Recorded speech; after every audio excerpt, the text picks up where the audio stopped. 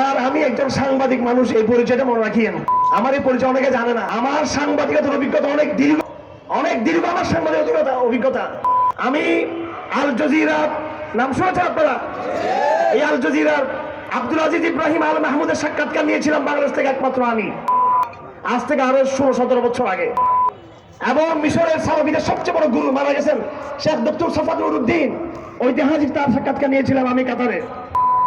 এবং চেস্টিয়ার প্রেসিডেন্ট, এই পুতিনের বিরুদ্ধে সর্বপ্রথম যিনি যুদ্ধের গণবিপ্লবের ডাক দিয়েছিলেন, জিহাদের, শেখ জলিম খান আন্দারবায়ুফ রহমতুল্লাহ আলাইহি, তার সাক্ষাৎকার নিয়ে দৈনিক ইনকিলাবে আজ থেকে 21 বছর আগে লাগাতার 2 কিস্তি সেটা ছাপানো হয়েছিল। বিশ্ববিদ্যালয় স্কুলে পতাকা পথ করে উঠতেছে কিনা সেটা আমরা দেখার বিষয় নয়, কিন্তু অবশ্যই আমাদের প্রতিজ্ঞা, আমাদের ঘোষণা হলো প্রত্যেকটি স্কুল কলেজ বিশ্ববিদ্যালয়কে কালেমার দুর্গে পরিণত করতে হবে। আমাদেরকে কালেমার পতাকা উত্তোলন করলে সন্দেহ করা হয় অমুক সংগঠন তমুক সংগঠনের।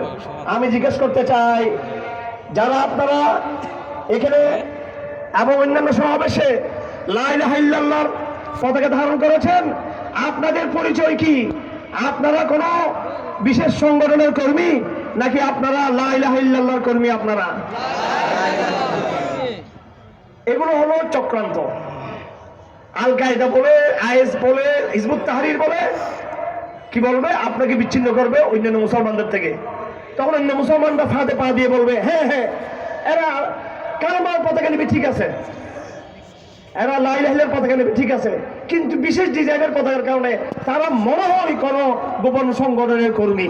এই মনে হয় সন্দেহ আরেকজনের মুসলমানের ঢুকিয়ে দেওয়া, এটা হচ্ছে কাফেরদের চক্রান্ত। এটা সুতরাং যার হাতে কালেমার পতাকা দেখা যাবে, সন্দেহ তাকে করব নাকি ওই ব্যক্তিকে সন্দেহ করব যেই ব্যক্তি কালেমার পতাকাকে সন্দেহ করে এটা কোনো বিশেষ সংগঠনের? কাকে সন্দেহ করব? তোমরা যদি কোন ইমানদার ব্যক্তিকে সন্দেহ করো কালেমার পতাকার কারণে, সেই মনে হয় বিশেষ কোন সংগঠনের, আমরাও তোমাকে সন্দেহ করব তুমিও কোন ইহুদিদের কোন এজেন্ট এখানে ঢুকেছো। কালেমার পতাকা নিয়ে সন্দেহ করা এটা তো ইহুদিদের কাজ, মুনাফিকদের কাজ এটা। এবং আল্লাহ পাক সুবহানাহু ওয়া তাআলা সূরা আনকাবুতে বলেছেন, ঈমান আনার পরও আল্লাহ আমাদেরকে পরীক্ষা করবেন। এই নতুন পরীক্ষা আমরা পড়ে যাচ্ছি।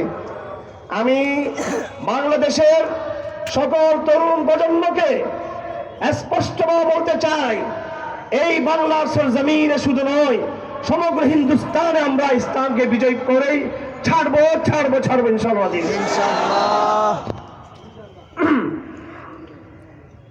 এই বিজয় কিভাবে অর্জিত হবে? আমার ভাইয়েরা, 1500 বছর আগে